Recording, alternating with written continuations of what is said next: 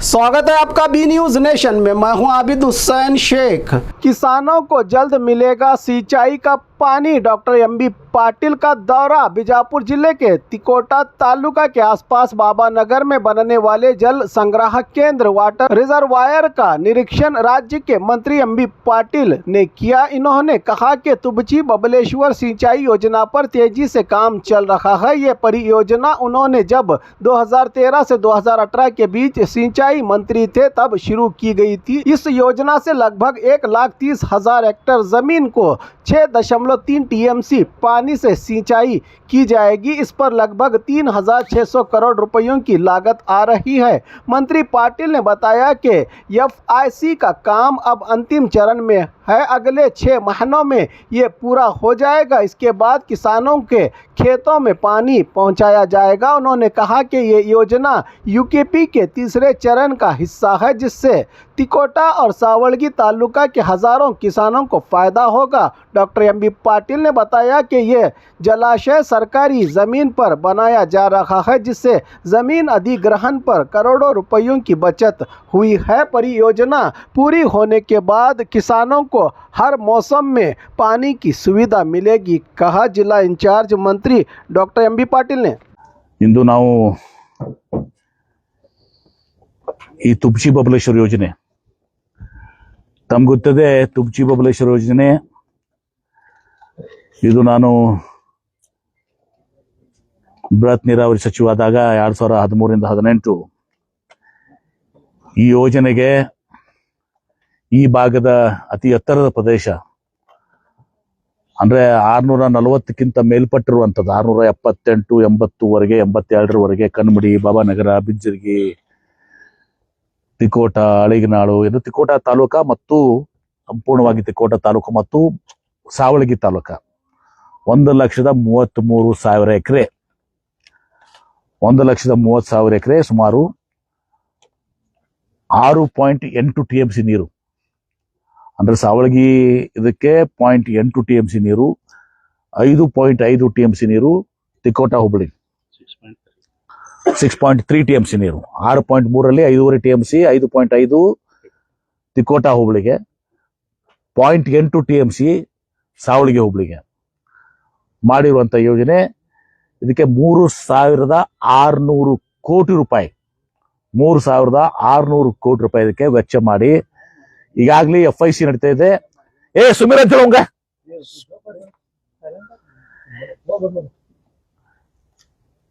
ಈಗಾಗಲೇ ಎಫ್ಐಸಿ ಯೋಜನೆ ಕಂಪ್ಲೀಟ್ ಆಗಿ ಈಗ ಕೆರೆಗಳಿಗೆ ಹಳ್ಳಕ್ಕೆ ನೀರು ಕೊಡ್ತಾ ಇದ್ದೀವಿ.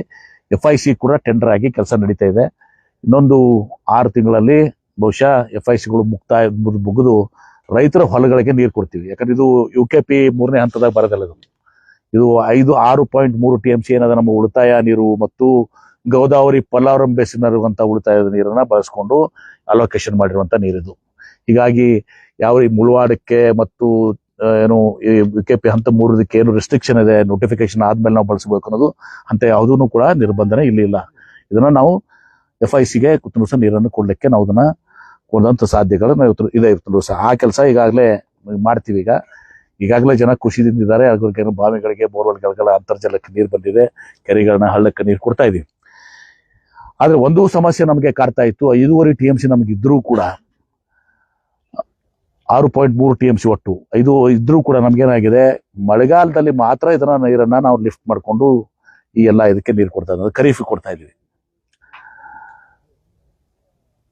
ಬೇಸಿಗೆ ಕಾಲದಲ್ಲಿ ಇವತ್ತು ರಬಿಗಾಗ್ಲಿ ಅಥವಾ ರಬಿಗಿಂತ ಜಾಸ್ತಿ ಬೇಸಿಗೆ ಕಾಲದಲ್ಲಿ ನಮಗೆ ಈಗಲೂ ಕೂಡ ನಾವು ರಬಿಯಲ್ಲಿ ಕೂಡ ನಾವು ಎಫ್ಐಸಿಗೆ ಹೊಲಗಳ ನೀರು ಕೊಡೋಕೆ ಉದ್ದೇಶ ಇಲ್ಲ.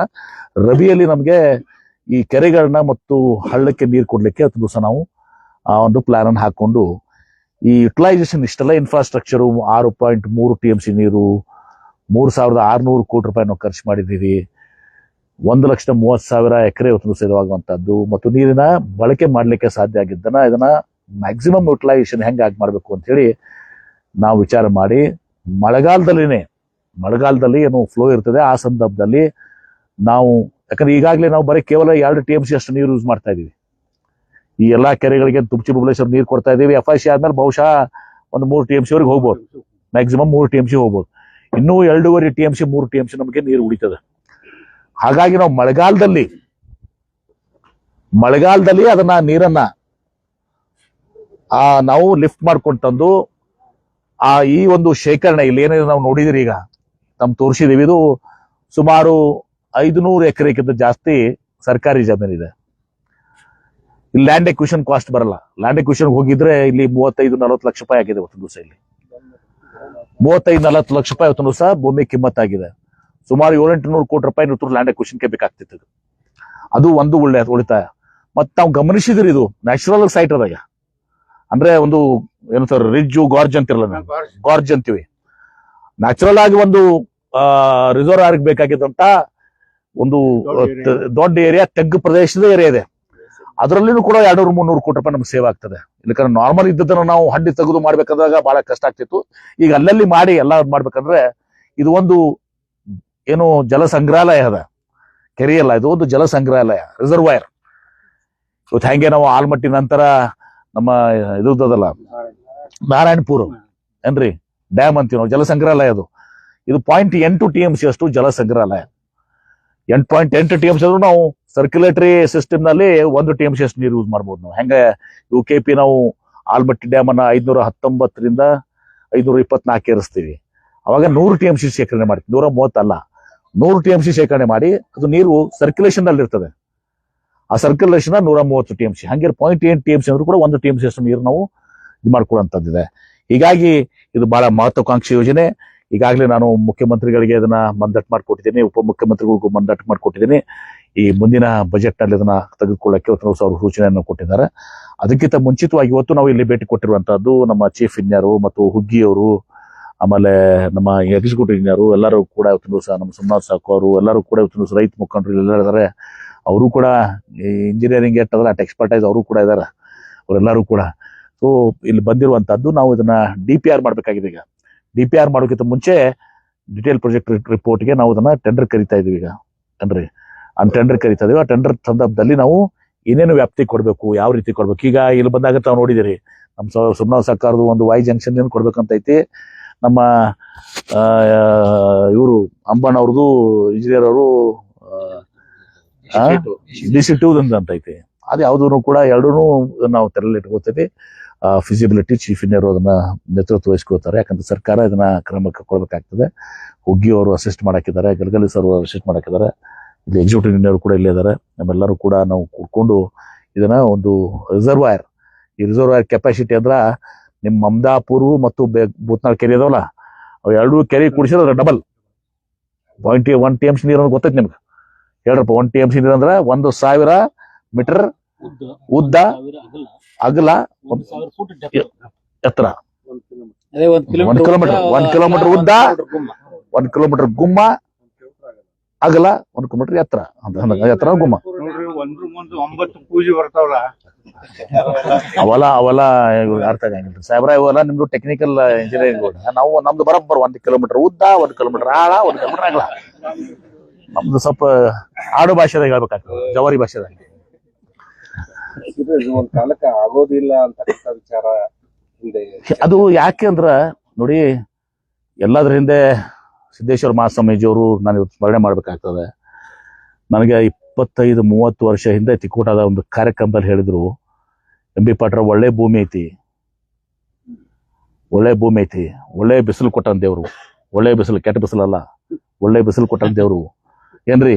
ಆದ್ರೆ ಈ ಭೂಮಿಗೆ ಒಂದು ಬೊಗ್ಸಿ ನೀರು ಕೊಡ್ರಿ. ಯಾಕೆ ಅವ್ರು ಹೇಳಿದ್ರು ಅಂದ್ರೆ, ಇಲ್ಲಿ ಬಾಬಾನಗರ, ಕನ್ನಂಬಡಿ, ಬಿಜ್ಜರ್ಗಿ ಎಲ್ಲಾ ಭಾಗ ನಾವು ಒಂದು ಬೋರ್ವೆಲ್ ಹೊಡೆದ 10 ಬೋರ್ವೆಲ್ ಹೊಡೆದ 1 ಬೋರ್ವೆಲ್ ಸಕ್ಸಸ್ಫುಲ್ ಆಗಿತ್ತು.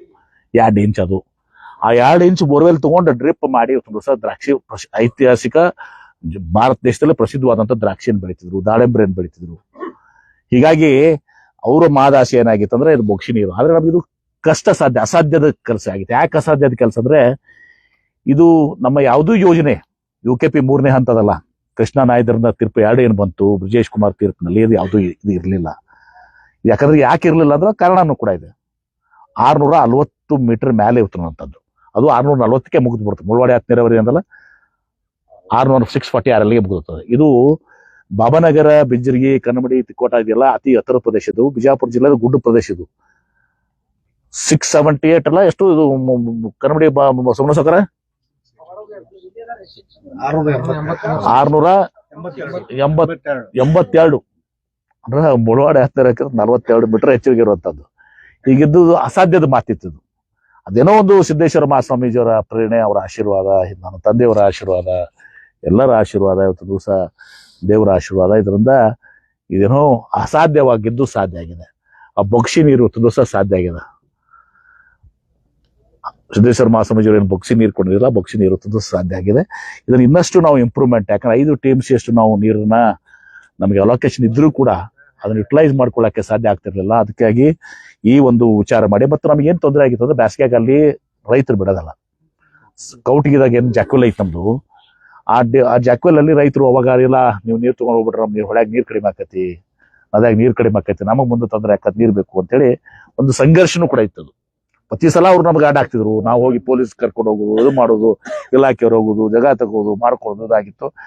ಮತ್ತು ಅವ್ರಿಗೂ ಕೂಡ ವಾದ ಕರೆಕ್ಟ್ ಇತ್ತು ಒಂದು ಭಾಗದಷ್ಟು. ಅದಕ್ಕೆ ಇದೊಂದು ರಿಸರ್ವಾಯರ್ ಆದ್ರೆ ಅವ್ರದ್ದು ತಕರಾರಿಲ್ಲ. ಮಳೆಗಾಲದಾಗ ತಗೊಂಡು ಹೋಗ್ರಪ್ಪ ಅಂತಾರ ಅವ್ರು. ನೀವು ಮಳೆಗಾಲದಾಗ ತಗೊಂಡು ಮಳೆಗಾಲ ತೊಗೊಂಬಂದು ಇಲ್ಲಿ ಇಟ್ಕೊಂಡು ಹೋಗ್ತೀವಿ, ಬೇಸಿಗೆಯಾಗಿ ಉಪಯೋಗಿಸ್ತೀವಿ. ಅದು ಬೇಸಿಗೆಯಾಗಿ FIC ಕೊಡಂಗಿಲ್ಲ, ಕೆರೆಗಳಿಗೆ ಹಳಗ್ ನೀರು ಕೊಟ್ಟರೆ ಮಂದಿ ಸಮಾಧಾನ ಅದ. ಸೊ ಅದು ಆ ಉದ್ದೇಶದಿಂದ ಇವತ್ತೊಂದು ದಿವಸ ಬಂದಿದ್ದೀವಿ. ಇದನ್ನ ಉಳಿದಂತ ವಿಚಾರಗಳನ್ನ ಯಾರು ಟೆಕ್ನಿಕಲ್ ಏನಾದ್ರು ಬೇಕಾಗಿದ್ರೆ ಅವರು ಅಂತರ್ಜಲ ಮಟ್ಟ ಅಷ್ಟೇ ಕಾಪಾಡ್ಕೊಳಕ್ ಮಾತ್ರ ಬಳಕೆ ಆಗ್ತದೆ. ನೋಡಿ, ನಾವು FICಗೂ ಬಳಸ್ಕೋಬಹುದು. ಮುಂದೆ ಅದನ್ನ ಯಾವ ರೀತಿ ನಮ್ಗೆ ಆ ನೀರು ಎಷ್ಟೈತಲ್ಲ ಆ ಕೆಪಾಸಿಟಿ 0.8 TMC ನಾವು ನೀರು ತಗೊಂಡಿರ್ತೀವಲ್ಲ, ಅದನ್ನ ಅಂತರ್ಜಲಕ್ಕೂ ಬಳಸ್ಕೋಬಹುದು, FICಗೂ ಕೊಡ್ಬೋದು. ಅದು ಮುಂದೆ ನೋಡೋಣ ಅಂತ ಹೆಂಗೆ ಆಗ್ತದೆ ಅಂತೇಳಿ. ಈಗ ಈ 0.8 TMC ನೀರನ್ನು ಇಲ್ಲಿ ಶೇಖರಣೆ ಮಾಡ್ತೀವಿ. ಮತ್ತೆ ಈಗಾಗಲೇ ಏನ್ ಕೆರೆಗಳದಾವಲ್ಲ ಈಗೆಲ್ಲ, ಈ ತುಬಚಿ ಬಬಲೇಶ್ವರ ಕೆರೆಯಾಗ ನಿಮ್ಗೆ ಇಟ್ಟಲ್ಲ ಬಹಳ ದೊಡ್ಡ ಪ್ರಮಾಣ ಅನ್ಸುತ್ತೆ ನಿಮ್ಗೆ. ಇದೆಲ್ಲ ಕೂಡಿ ಇರುವುದೇ 0.25 TMC. 31 ಕೆರೆ ಕೂಡಿ 0.25 TMC. ಇದು ಕೆಪಾಸಿಟಿ ಎಷ್ಟು? 0.8 TMC, ಆಲ್ಮೋಸ್ಟ್ 1 TMC, 4 ಪಟ್ಟು. 0.25 to 1 TMC, 4 times ಕೆಪಾಸಿಟಿ ಇದು. ನೋಡ್ರಿ, ಇದಕ್ಕೆ 2 ಪ್ರೊವಿಷನ್ ಕೊಟ್ಟಾರ. ಗ್ರಾವಿಟಿಯಿಂದ ಫಿಲ್ ಮಾಡೋದು, ಪಂಪಿಂಗ್ ನಿಂದ ಲಿಫ್ಟ್ ಮಾಡೋದು. ರೈತರಿಗೆ ಯಾವಾಗ ಬೇಕು ಅವಾಗ ಲಿಫ್ಟ್ ಮಾಡಿ ನಾವು ಇಲ್ಲಿಂದ ಕಂಟ್ರೋಲಿಂಗ್ ಸಿಸ್ಟಮ್ ಇಲ್ಲೇ ಇರ್ತದೆ. 0.8 TMC ಮಾಡತ್ತೆ. ಆಮೇಲೆ ಆಲ್ರೆಡಿ ಇದು ಇಯರ್ಸ್ ಒಂದ್ಸಲ ಡಿಸ್ಕಷನ್ ಆಗಿದೆ. ಇದ್ಮೇಲೆ ಡಿಟೇಲ್ DPR ಮಾಡ್ಲಿಕ್ಕೆ ಗೌರ್ಮೆಂಟ್ದವ್ರು, ಈಗ ಮುಖ್ಯಮಂತ್ರಿಗಳು ಸೂಚನೆ ಕೊಟ್ಟಿದ್ದಾರೆ, ಉಪಮುಖ್ಯಮಂತ್ರಿಗಳು ಸೂಚನೆ ಕೊಟ್ಟಿದ್ದಾರೆ. ಈಗ ಬಜೆಟ್ ನಲ್ಲಿ ಅದನ್ನ ಇನ್ಕ್ಲೂಡ್ ಮಾಡ್ಕೊಳ್ಳಕ್ಕೆ ಮಾಡಬಹುದು ಅಂತ ಆಗ್ಯದ ಸರ್. ಏನ್ ಮಾಡ್ಬೇಕಂದ್ರೆ ಡಿಟೇಲ್ ಫಿಸಿಬಿಲಿಟಿ ರಿಪೋರ್ಟ್ ಈಗಾಗಲೇ ಅದು ಮಾಡಬಹುದು ಅಂತ ಆಗಿದೆ. ಇದನ್ನ DPR ಮಾಡಿಸಿ, ಈಗೇನು 2 ವಾದ ಇದಾವೆ, I ಜಂಕ್ಷನ್ ಮತ್ತು ಇದೇನ ನಿಮ್ಮ DC2 ಅದಲ್ಲ, ಅದೆಲ್ಲವನ್ನು ಇದು ಮಾಡ್ಕೊಂಡು ಇದನ್ನ ಇದು ಮಾಡ್ತೀವಿ. ಇದೊಂದು ಬಹಳ ಕನ್ಸಲ್ಟೆನ್ಸಿಗಳು ಬಂದಿದ್ದಾರೆ ಸರ್. ಇವಾಗ ಅವರಿಗೆ Y ಜಂಕ್ಷನ್ ಪ್ಲಸ್ DC2 ಎರಡಕ್ಕೂ ಫಿಸಿಬಿಲಿಟಿ ಇನ್ನೊಂದ್ಸರಿ ತೆಗಿಸಿ ಡಿಟೇಲ್ ಮಾಡೋದು. ಬಹಳ ಎಚ್ಚರಿಕೆಯನ್ನು ಮಾಡ್ರಿ. ನಮ್ ಸೋಮನಾಥ್ ಸಾವ್ಕರ್ ವಾದನೂ ತಗೋರಿ, ಏನ್ರಿ ಎಲ್ಲಾ ತಗೊಂಡು ಒಗ್ಗಿ ಸರ್ದು ಎಲ್ಲಾ ಮಾಡಿ ಯಾವ್ದು ಫುಲ್ ಪ್ರೂಫ್ ಯಾವ್ದು ಒಳ್ಳೇದಾಗ್ತದ ತಾಂತ್ರಿಕವಾಗಿ ಅವ್ರ ಆಮೇಲೆ ಅದ್ ಮಾತಾಡ್ತಾರೆ. ನಿಮ್ದು ಇವ್ರದೊಂದು ನೋಡ್ರಿಪ್ಪ, ಅಳಿಗನಾಳ, ಗೋಣಸ್ಗಿ, ಇವ್ರು ಬಿಜ್ಜಿರ್ಗಿ ಅವರು ಸ್ವಲ್ಪ ಏನೋ ಚೆಕ್ ಪೋಸ್ಟ್ ಮಾಡ್ಕೊಂಡು ಕೂತಾರ. ಇವ್ರ ಬಿಡಂಗಿಲ್ಲ, ಈ ಬಾಬಾನಗರ ಬಿಜ್ಜಿರ್ಗಿ ಅವರು. ಅದಕ್ಕೇನೈತಿ, ಅವ್ರದ್ದು ಅಳಿಗನಾಳ ಮತ್ತು ಅವ್ರ 3 ಕೌಟಿಗೆಗೆ ಅವ್ರಿಗೊಂದು ಸೆಪರೇಟ್ ಲೈನ್ ಆಗ್ಬೇಕು. ಈಗ ಎಲ್ಲರಿಗೂ ಹೇಳ್ತೀವಿ, ಈಗ ಏನ್ ಸಂಗ್ರಹ ಅಲ್ಲ, ಆಮೇಲೆ ಮಾಡೋಣ ಮಾಡಿಕೊಡ್ತೀವಿ. ಆಯ್ತಲ್ಲ, ಹೇಳಿ ಪ್ಲೀಸ್, ಹೇಳಿ ಪ್ಲೀಸ್. ಈಗ ಇನ್ಫ್ಲೋ ರಿವರ್ದಾಗ, ಕೃಷ್ಣಾ ರಿವರ್ದಾಗ ಕಡಿಮೆ ಆಗ್ತದೆ.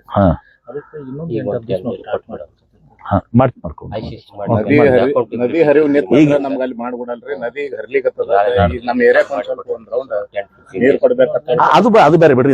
ಇದ್ರಾಗ ಯಾಕೆ ಈಗ ಪ್ರಾಜೆಕ್ಟ್ ಅಟೆಂಡ್ ಮಾಡೋಣ, ಅದು ಮಾಡ್ರಿ, ನಾನು ಸಪರೇಟ್ ಆಗಿ ವಿಲ್ ಡಿಸ್ಕಸ್ ದಟ್. ಇದು ಈಗ ಇದೇ ಯೋಜನೆ ಮತ್ತೇನಾದ್ರೂ ಇದ್ರೆ ಸಿ ಅವರು ನಿಮ್ದು ಏನಿಲ್ಲ ಸರ್. ಈಗಾಗಲೇ ಸರ್ ಸಾಹೇಬ್ರು ಹೇಳಿದ ಹಾಗೆ ನಮ್ಮ ಒಂದು ನಿಗಮದ ಅಂದಾಜು ಸಮಿತಿಯಲ್ಲಿ ಸಾಹೇಬರು ಇದ್ರು.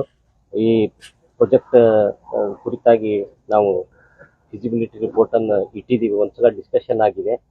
ಅದರಲ್ಲಿ ಕನ್ಸಲ್ಟೆನ್ಸಿ ಅಪ್ರೂವ್ ಮಾಡಿ ಕೊಟ್ಟ ನಂತರ ಮತ್ತೆ ಡಿಟೇಲ್ ಪ್ರಾಜೆಕ್ಟ್ ರಿಪೋರ್ಟ್ ತಯಾರು ಮಾಡಿ ನಾವು ಸಕ್ಷಮ ಪ್ರಾಧಿಕಾರದ ಅನುಮೋದನೆ ತಗೊಂಡು ಮುಂದಿನ ಕಾಮಗಾರಿ ನಾವು ಕೈಗೊಳ್ತೀವಿ. ಅಂದಾಜು ಎಲ್ಲಿವರೆಗೆ ಆಗ್ಬೋದು? ಅದೇ ಇದು ಈ ಒಂದು ಸಮರ್ ವೆಕೇಶನ್ ಅಲ್ಲಿ ನಮಗೆ ಸರ್ವೆ ಗಿರ್ವೆ ಮಾಡ್ಲಿಕ್ಕೆ ಅನುಕೂಲ ಆಗ್ತೈತಿ.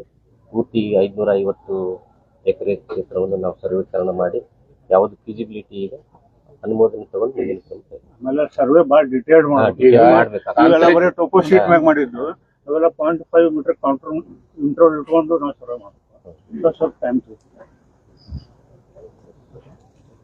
ತಾಂತ್ರಿಕ ಅಧ್ಯಯನ ಮುಗಿಯತ್ತ ನಾನು ಇಮಿಡಿಯೇಟ್ ಆಗಿ और खबरों के लिए देखते रहिए B news nation. HMB function hall आपके खुशियों की जगह। बीजापुर में मंगनी, शादी, अकीका जैसे खुशियों के प्रोग्राम्स के लिए पार्किंग की विशाल जगह और आलीशान हॉल में रहने खाने के सारे इंतजाम। HMB function hall, Ganesh Nagar, Bengaluru bypass road, Maruti and Toyota showroom, back side, Bijapur. Booking शुरू हो चुकी है।